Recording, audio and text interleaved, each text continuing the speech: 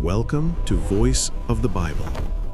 If you haven't subscribed yet, please make sure to subscribe now so you never miss an episode in this journey through God's Word.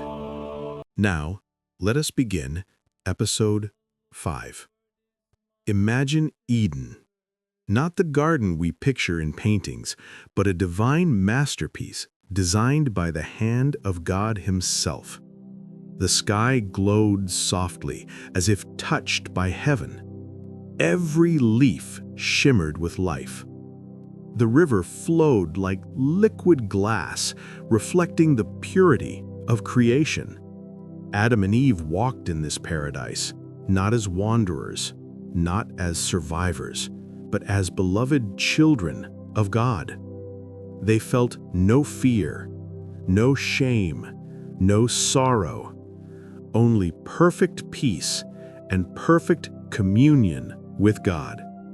God had given them freedom, joy, purpose, and He had given them one command, simple, clear, and meant for their protection. You may eat freely from every tree, but not from the tree of the knowledge of good and evil. Not a cage, not a trap, a boundary made from love. But freedom always comes with a test. The Bible doesn't describe how the serpent entered Eden, but it does describe his nature: crafty, subtle, deceptive. In the calm beauty of the garden, he moved with silent intention, as if waiting for a moment of opportunity. We don't know how long he watched Eve. Hours? Days? We only know this: when the moment came, he spoke. Not in anger, not with fear, but with a soft whisper meant to plant doubt. Did God really say you must not eat from any tree in the garden? This is how temptation always begins. Not with a command, but with a question.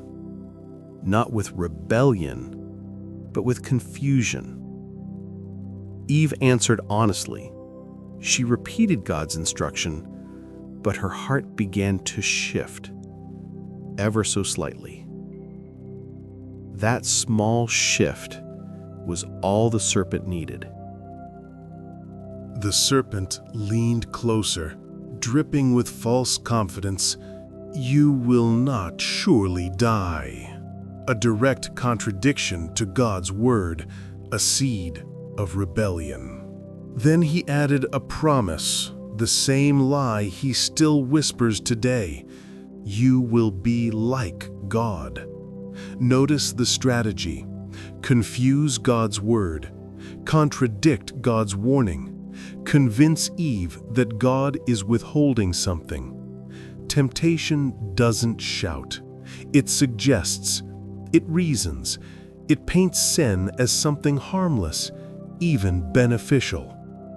And Eve listened. She looked at the tree, but this time not with innocent eyes. The fruit seemed pleasing, desirable, full of promise. Sin always looks beautiful before you taste it. Eve reached out her hand. Time slowed. Creation held its breath. She touched the fruit, lifted it, and took a bite. The moment the juice touched her tongue, a cosmic shift tore through creation. But something worse followed. She turned to Adam, and he ate. Adam wasn't deceived. He chose. And that choice changed everything. The air of Eden felt heavier. The innocence faded. Their eyes opened, not to glory, but to shame. They were naked, exposed, afraid. The presence of sin had entered the world. For the first time, God's voice in the garden did not bring joy, it brought fear. Adam and Eve hid among the trees. The very creation meant to bring delight now became their hiding place. Sin does that. It turns joy into fear, blessings into barriers, closeness into distance. God called out, "Adam, where are you?" Not because he didn't know, but because he wanted Adam to see where sin had taken him. Adam confessed, "I was afraid, so I hid." Fear, something humanity had never known before sin. God asked not for information, but for reflection. "Have you eaten from the tree I commanded you not to eat from?" Adam blamed Eve. Eve blamed the serpent. Responsibility was lost. Integrity was broken. Sin doesn't just separate us from God, it divides us from each other.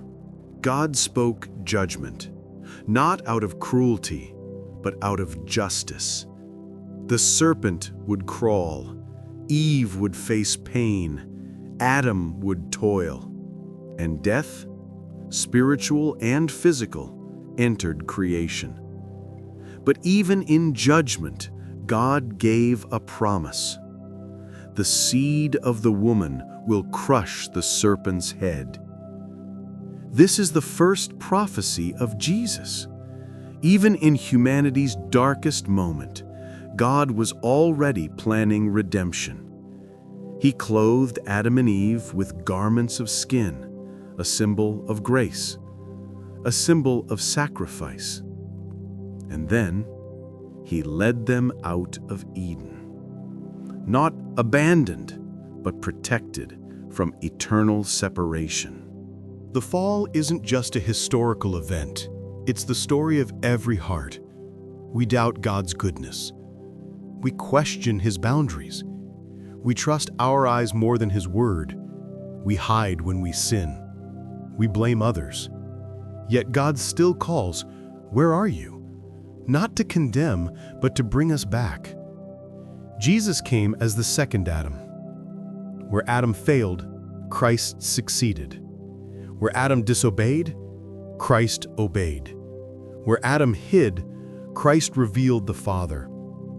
The fall shows us our need for redemption. The cross shows us God's answer. Thank you for listening to today's episode of Voice of the Bible.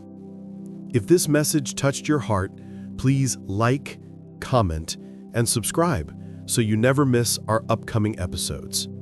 God bless you, and I'll see you in episode 6.